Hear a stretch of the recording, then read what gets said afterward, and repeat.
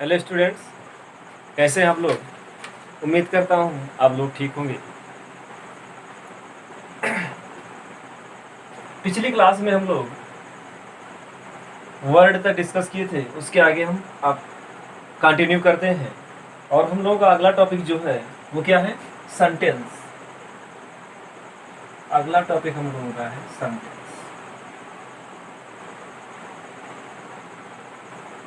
Sentence, what do you mean by sentence? Sentence होता क्या है? इसमें तो बताने की जरूरत नहीं है क्योंकि आप लोग जानते ही हो सेंटेंस के बारे में। चलिए इसके डिफिनेशन को तैयार करते हैं। इसका डिफिनेशन क्या होगा? A word are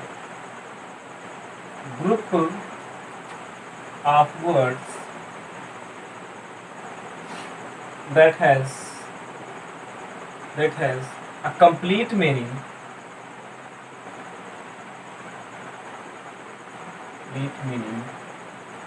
is called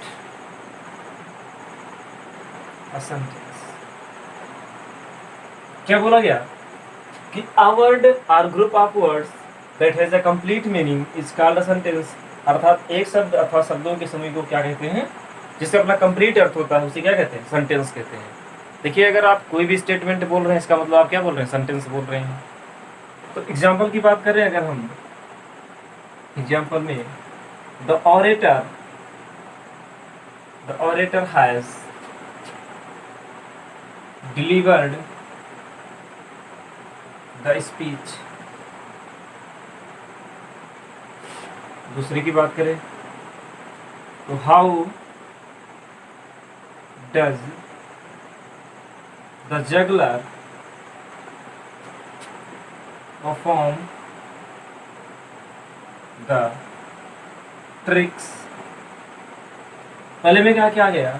the orator है डिलीवर द स्पीच। इसका मतलब जो ऑरेटर है उसके स्पीच देने का काम क्या हो गया? समाप्त हो गया, अर्थात उसने स्पीच दे दिया है।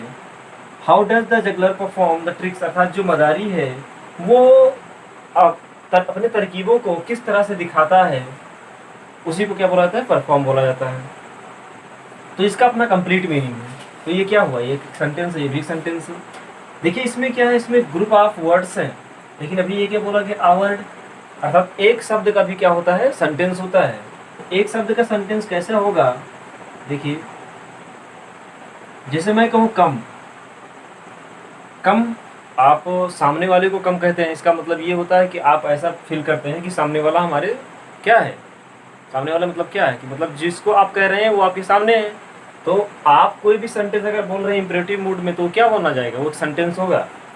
तो कम, जैसे कम आइए, और इसका रीजन क्या है? इसका रीजन ये है कि इसमें देखिए ये एक सेंटेंस क्यों माना जाता है? हम लोग जानते हैं सेंटेंस तब बनता है जब उसमें एक सब्जेक्ट हो और सब्जेक्ट के साथ क्या हो? एक वर्ब हो, तभी वो क्या माना जाता है? एक सेंटेंस माना जाता है। तो इसमें भी आपका सब्जेक्ट हिडन होता है। आप जानते हैं कि इंपरेटिव सेंटेंस में यू क्या होता है? हिडन होता है। तो यू, अगर हम इसके आगे यू लगा दें तो यू कम मतलब आप अंदर आइए या आप आइए, तो ये क्या है? एक मीनिंगफुल सेंटेंस ये भी है। तो एक वर्ड का भी क्या होता है? सेंटेंस होता है। लेकिन अगर मैं बात करूं, जैसे मान लो कम लिखकर इसके बाद में फुल स्टॉप लगा दिया गया, तो ये क्या है? सेंटेंस है। लेकिन मैं क्यों अगर कहूँ कम तो अपने आप में ये सेंटेंस होगा? सेंटेंस नहीं होगा। ये कहना सेंटेंस गलत होगा। ये अपने आप में केवल एक वर्ड बोला जाएगा। तो इस बात को समझ में रखना। अगर हम और एग्जाम्पल की बात करें,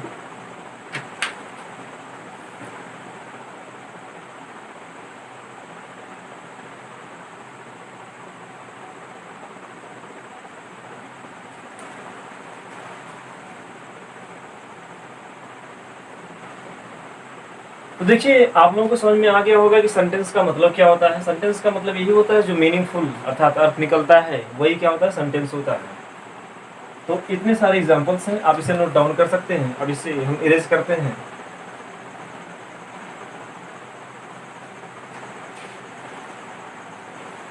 चलिए आगे अब हम देखते हैं इसके काइंड्स के बारे में। आप लोग काइंड्स के बारे में जानते ही होंगे। There are 5 kinds of sentences, अर्थात सेंटेंस 5 प्रकार के होते हैं। अगर उन सब का नाम लिखा जाए तो first one is assertive sentence, and second one is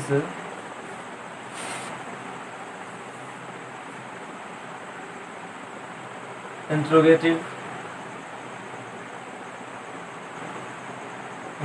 sentence, and third one is imperative sentence,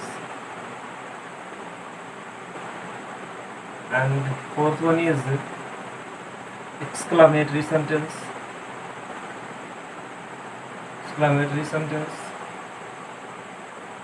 and last one is optative sentence. The first one is assertive sentence, second one is interrogative sentence, and third one is imperative, exclamatory, optative sentence. ये 5 sentence होते हैं। अब देखिए एक एक करके हम लोग इसको डिस्कस करेंगे। देखिए अभी ये छोटी छोटी चीज़ें हम लोग पढ़ रहे हैं, तो छोटी छोटी चीज़ें से हम लोग क्या होंगे, बड़े चीज़ पर जाएंगे। लेकिन पहले आप लोग को क्या रखना है, only you have to patience. आपको केवल क्या रखना है, पेशेंस रखना है, क्योंकि जब तक छोटी चीज़ नहीं सीखोगे तो बड़ी चीज़ें नहीं सीख पाओगे। तो हम क्या करते हैं, एक अपना लेवल अर्थात जो एक आप कह सकते हो 0 to hero level 0 to hero level का मतलब ये है कि मतलब 0 से बिल्कुल बेसिक से स्टार्ट करते हैं। तो इन सब के बारे में हम लोग पहले डिस्कस करेंगे, इसके बारे में जानेंगे होता क्या है और ये ज़रूरत है आप लोगों को, क्यों ज़रूरत है। जैसे आप लोग इसका ज़्यादा यूज़ किस में मिलेगा आपको, नरेशन में मिलेगा। नरेशन जिसे हम लोग डायरेक्ट बोलते हैं, अफर्मेटिव है, नेगेटिव है, इंट्रोगेटिव है, ये सब बहुत ज़्यादा यूजेस हैं। एक्टिव पैसिव में ये सब इसका यूजेस बहुत ज़्यादा है। तो हम लोग स्टार्ट करते हैं। हम लोगों का पहला जो सेंटेंस है एडजेक्टिव सेंटेंस। बेसिकली ये भी दो टाइप के होते हैं, और पहला आप लिख सकते हो there are 2 types of assertive sentence. First one is, पहला क्या है, पहला आपका है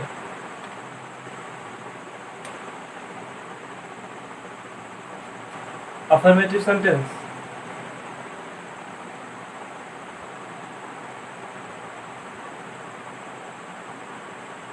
पहला आपका क्या है, अफर्मेटिव सेंटेंस। अच्छा पहले एक काम करते हैं, इसके मीनिंग को समझते हैं। अफर्मेटिव, देखिए ये जो अफर्मेटिव है ये वर्ड से बना हुआ अफर्म से, और अफर्म का मतलब होता है एक्सेप्ट। एक्सेप्ट का मतलब समझते हैं आप लोग, स्वीकार कर लेना, अर्थात जो भी कह रहे हैं उसे मान लेना, वही क्या है आपका अफर्म बोला जाता है। तो इसका मीनिंग ये होता है एक्सेप्ट अर्थात स्वीकार करना। इसका मतलब ये हुआ कि आप जो आदमी आपको जो कह रहा है आप उसे स्वीकार कर लेते हैं। इसका मतलब इसी को बोला गया स्वीकारात्मक वाक्य। क्या बोला गया, स्वीकारात्मक वाक्य। अर्थात जैसे मैं कहूँ कि आप स्कूल जाते हो तो आप बोलोगे कि हाँ, अर्थात आप निगेट नहीं कर सकते हो, मना नहीं कर सकते हो, तो इसी को क्या बोल दिया गया, अफर्मेटिव सेंटेंस बोल दिया गया।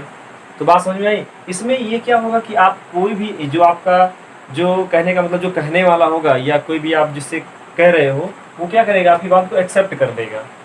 उसी को क्या बोला गया, स्वीकारात्मक वाक्य बोला गया है। तो ये चीज़ आप लोगों को याद रखना है कि ये जो अफर्मेटिव सेंटेंस, अफर्मेटिव है, ये वर्ड से रिलेट होकर किससे निकला है, अफर्म से, और जिसका मीनिंग क्या होता है, एक्सेप्ट होता है। चलिए आगे देखिए।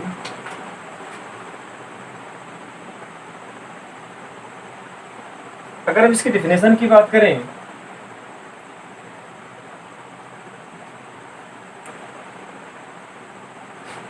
तो लिख सकते हैं आप लोग, the sentence that provides लिख सकते हैं या gives लिख सकते हैं, कोई भी, इसमें कोई दिक्कत नहीं है। The sentence that provides or gives positive information, the sentence that provides or gives positive information is called affirmative sentence. Affirmative sentence। कोई भी सेंटेंस है अगर वो क्या कर रहा है, उसमें जो कहने के मतलब स्वीकार कर रहा है अर्थात वाक्य को, अर्थात जिस बात को आप कह रहे हैं वो क्या माना जाएगा, वो अफर्मेटिव सेंटेंस माना जाएगा। अगर एग्जाम्पल की बात करें, अगर हम करें, जैसे मान लो कह दिया जाए the 15th August is the gala day in the history of our country, क्या बोला गया कि the 15th August is the gala day in history of our country, अर्थात जो 15 अगस्त है वो हमारे देश के इतिहास में, हमारे देश के इतिहास में एक खुशहाली का दिन है। तो बेसिकली ये क्या पॉजिटिव इंफॉर्मेशन दे रहा है, तो ये क्या माना जाएगा, अफर्मेटिव सेंटेंस बोला जाएगा। अगर मैं दूसरी की बात करूं, दूसरा आप कुछ भी बोल सकते हो, जैसे मैं कहूं Ram and Keshav are my close friends. Ram and Keshav are my close friends, इसका मतलब ये हुआ कि राम और केशव जो है मेरे घनिष्ठ मित्र हैं। तो ये भी अपने आप में क्या पॉजिटिव इन्फॉर्मेशन है, इसीलिए क्या बोला जाएगा, इसे अफर्मेटिव सेंटेंस बोला जाएगा। तो बात समझ में आ गई आप लोगों को कि अफर्मेटिव का मतलब ये है कि उसमें निगेट अर्थात नकारात्मक ना हो, नकारात्मक नहीं होगा तो इसका मतलब क्या होगा अफर्मेटिव। देखिए बहुत सारे सेंटेंस है, लेकिन आप लोगों को दिमाग में क्या रखना है कि इसमें निगेट नहीं हो रहा है। मिटाते हैं, अब आगे देखिए, आप लोग इसे नोट डाउन कर लेंगे। चलिए आगे, एंड सेकंड वन इज, दूसरा क्या है इसमें, दूसरा आपका है, अगर दूसरे की बात की जाए, दूसरा आपका क्या होगा, निगेटिव सेंटेंस।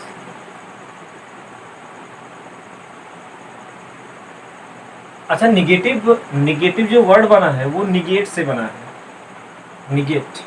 इस निगेट का मतलब क्या होता है, इस निगेट का मतलब होता है डिनाय, और डिनाई का मतलब क्या होता है, मना कर देना। जब कोई कहते हैं कि आप किसी से कहते हो कि लेट्स गो प्ले, तो वहाँ पर क्या आदमी कोई कहता है, मतलब क्या कर देता है, आपको रिफ्यूज कर देता है। रिफ्यूज का मतलब क्या होता है, अस्वीकार कर देता है, मना कर देता है, तो उसी को क्या बोलते हैं, निगेट या डिनाई बोलते हैं। तो इस निगेट का मतलब ही क्या होता है, डिनाई अर्थात मना कर देना। उसी से क्या बोला, उसी से क्या बना आपका, नकारात्मक बना। तो ये चीज आपको समझना है। तो निगेट से क्या बना आपका, निगेटिव, निगेटिव, निगेट, निगेटिव। तो ये निगेट अपने आप में एक वर्ब है, और ये निगेटिव क्या है, ये निगेटिव एक एडजेक्टिव है। ये वर्ब है और ये क्या है, एडजेक्टिव है। तो निगेट का मतलब ये क्या होता है, नकारना। तो इसी से क्या बन गया, नकारात्मक वाक्य। अब देखिए निगेटिव सेंटेंस अगर बोला गया है तो इसका जो आपका डिफिनेशन होगा, या कह सकते हो इसको समझा जा सकता है, the sentence that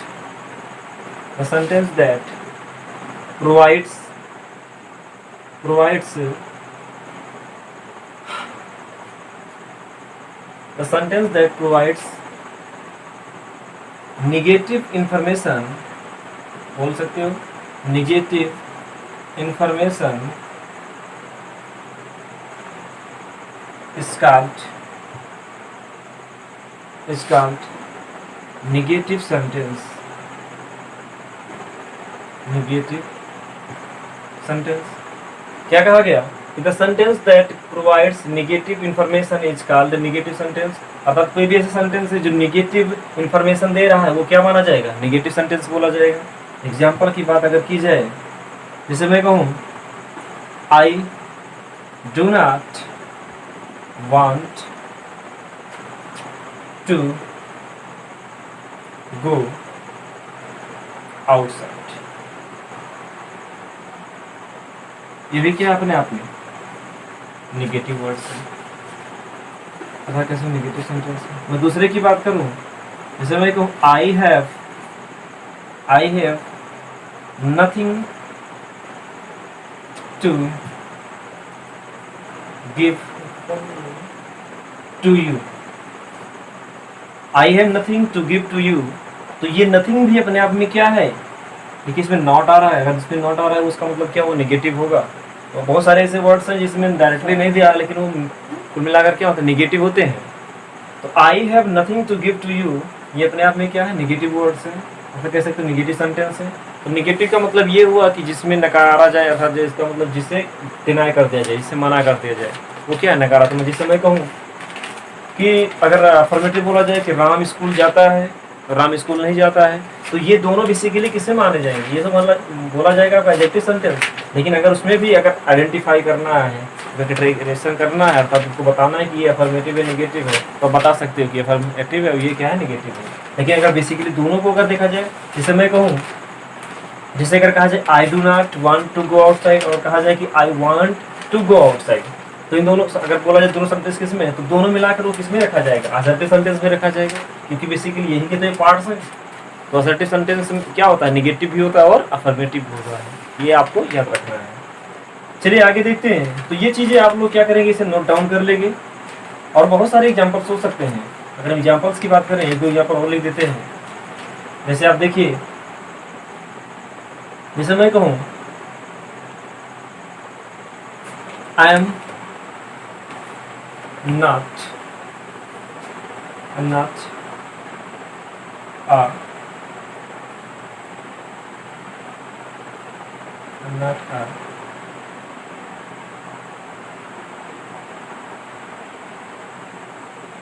not a student, ये भी अपने आप में क्या है, नेगेटिव सेंटेंस है। तो ये क्या हुआ, नेगेटिव है। बहुत सारे एग्जांपल्स हैं, आप अपने खुद क्रिएट कर सकते हैं। इसे मिटाते हैं। चलिए अब आगे दूसरा हम लोग का जो सेंटेंस है, वो दूसरा सेंटेंस क्या है, इंट्रोगेटिव। दूसरा सेंटेंस क्या है, इंट्रोगेटिव। Interrogative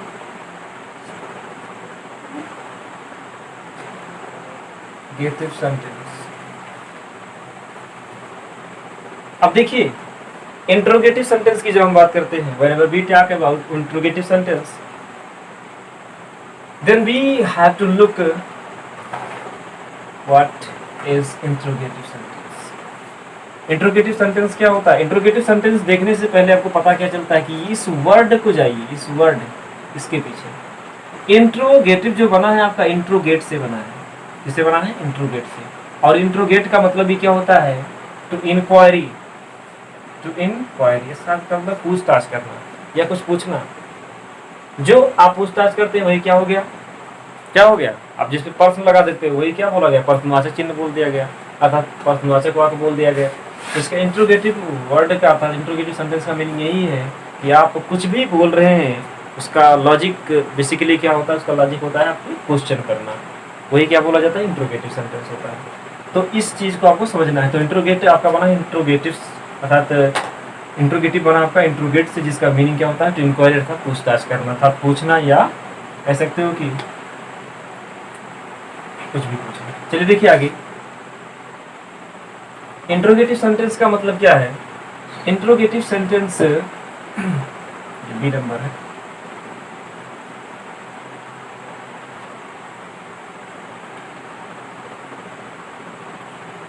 interrogative sentence. अब इसका डिफिनेशन की, अगर हम इसकी डिफिनेशन की बात करें तो क्या होगा, the sentence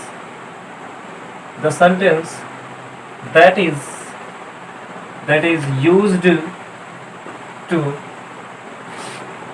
query or inquiry is called interrogative sentence. It's called interrogative sentence. क्या कहा गया कि the sentence that is used, अर्थात कोई भी सेंटेंस है, द सेंटेंस का मतलब कोई भी सेंटेंस हो सकता है, दैट इज यूज्ड जिसका प्रयोग किया जाता है टू क्वेरी अर्थात पूछताछ करने के लिए, उसे क्या कहा जाता है, इंट्रोगेटिव सेंटेंस कहा जाता है। अगर मैं एग्जांपल की बात करूं, जैसे मैं कहूं do you know my name, ये भी क्या है अपने आप में इंट्रोगेटिव, क्योंकि आप क्या कर रहे हैं, क्वेश्चन पूछ रहे हैं। आंसर हो भी सकता है यस और नॉट, ऐसे भी हो सकता है और नॉट भी हो सकता है। अगर आप जानते हैं तो यस, नहीं जानते हैं तो नॉट। अगर मैं दूसरी एग्जांपल की बात करूं, when do you sleep at night, when do you sleep at night, तो आपका जवाब हो सकता है 9 PM, कुछ भी हो सकता है जितने बजे आप सोते हैं। तो ये क्या कर रहे हैं, कुल मिलाकर आपका क्वेरी हो रहा है। क्वेरी का मतलब आप पूछताछ कर रहे हैं। जिसमें पूछताछ किया जाता है वो क्या होता है, इंट्रोगेटिव सेंटेंस होता है। तो ये चीज़ आपको समझ में आ गया। जैसे मैं कहूँ कि आप स्कूल जाते हो, तो मैं आपसे क्या कर रहा हूँ, पूछताछ कर रहा हूँ। इसका मतलब ये हो कि मैं आपसे प्रश्न कर रहा हूँ। इसका मतलब आपको ऐसा फील हो कि सामने वाला मुझसे कुछ पूछ रहा है, वही क्या बोला जाएगा, इंट्रोगेटिव सेंटेंस बोला जाएगा।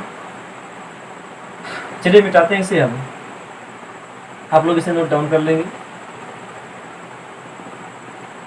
आगे देखिए, और इंट्रोगेटिव सेंटेंस भी बेसिकली दो तरीके के होता है। जैसे अगर हम इसकी बात करें तो इसमें भी दो टाइप होते हैं। अर्थात पहला होता है क्या, पहला होता है यस या नो टाइप, एस आप लिख नो, क्वेश्चन वर्ड कह सकते हैं।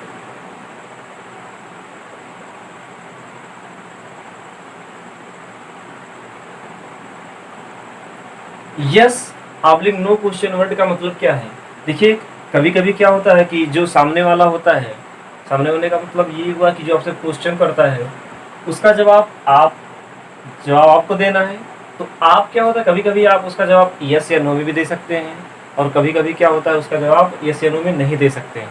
या अगर ऐसे कहा जाए कि जिसका जवाब आप यस या नो में दे सकते हैं उसे क्या बोला जाता है, यस या नो क्वेश्चन वर्ड बोला जाता है। जैसे मैं कहूँ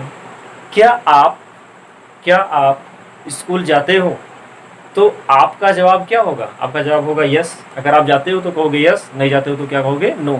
तो ये क्या हुआ, ये आपका हुआ यस या नो टाइप क्वेश्चन वर्ड, या यस या नो क्वेश्चन वर्ड कह सकते हो। और इसी में दूसरा है आपका, दूसरा क्या है, WH type, WH question word बोल सकते हो। चलिए देखिए पहले इसकी बात करते हैं, यस या नो क्वेश्चन वर्ड। अगर इसकी डिफिनेशन की बात करें तो whose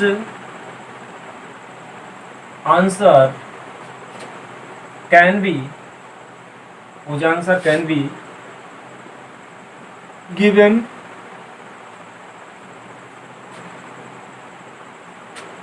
in single word, whose answer can be given in single word, yes, sorry single word बोल सकते हो, single word whose answer can be given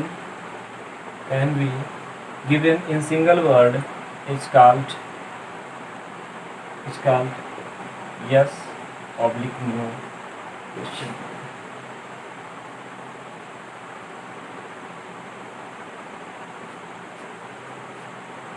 क्या हुआ कि whose answer can be given in single word, इसका मतलब क्या कि जिसका उत्तर आप एक शब्द में दे सकते हो या दिया जा सकता है उसे क्या कहा जाता है, यस या नो क्वेश्चन वर्ड कहा जाता है। एग्जांपल की बात करें, जैसे मैं कहूँ do you know, do you know, do you know mister Ajay, do you know mister Ajay. तो आपका जवाब क्या हो सकता है, एस और नॉट, दोनों अपने आप में क्या सही है।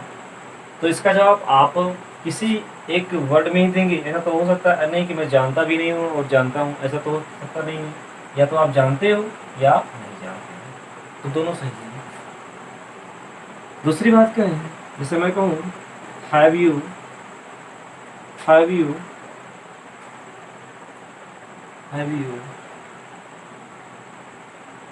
closed the gate,